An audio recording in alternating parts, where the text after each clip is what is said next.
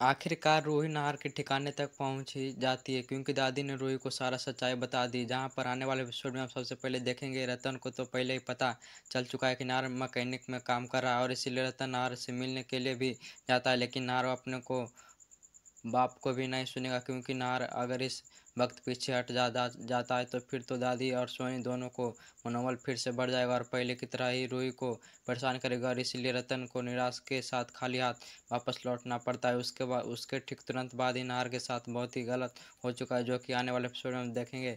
जहाँ पर रूही भी नाहर के पास पहुँच गई है और नाहर के घर वालों भी आ जाते हैं, जिसके बाद अब देखना यह है कि नाहर को अस्पताल में भर्ती करने के बाद भी क्या नाहर होश में आता है क्योंकि नाहर काफ़ी ज़्यादा जख्मी भी हो चुका है, जो कि आने वाले अपडेट में ही पता चलेगा। कि अगर आप भी अपने परिवार के लिए एक अच्छा सा लाइफ इंश्योरेंस बनाना चाहते हैं तो मुझे बताइए, मैं आपको के लिए एक बेहतरीन लाइफ इंश्योरेंस का एक फुल डिटेल वीडियो बना दूंगा।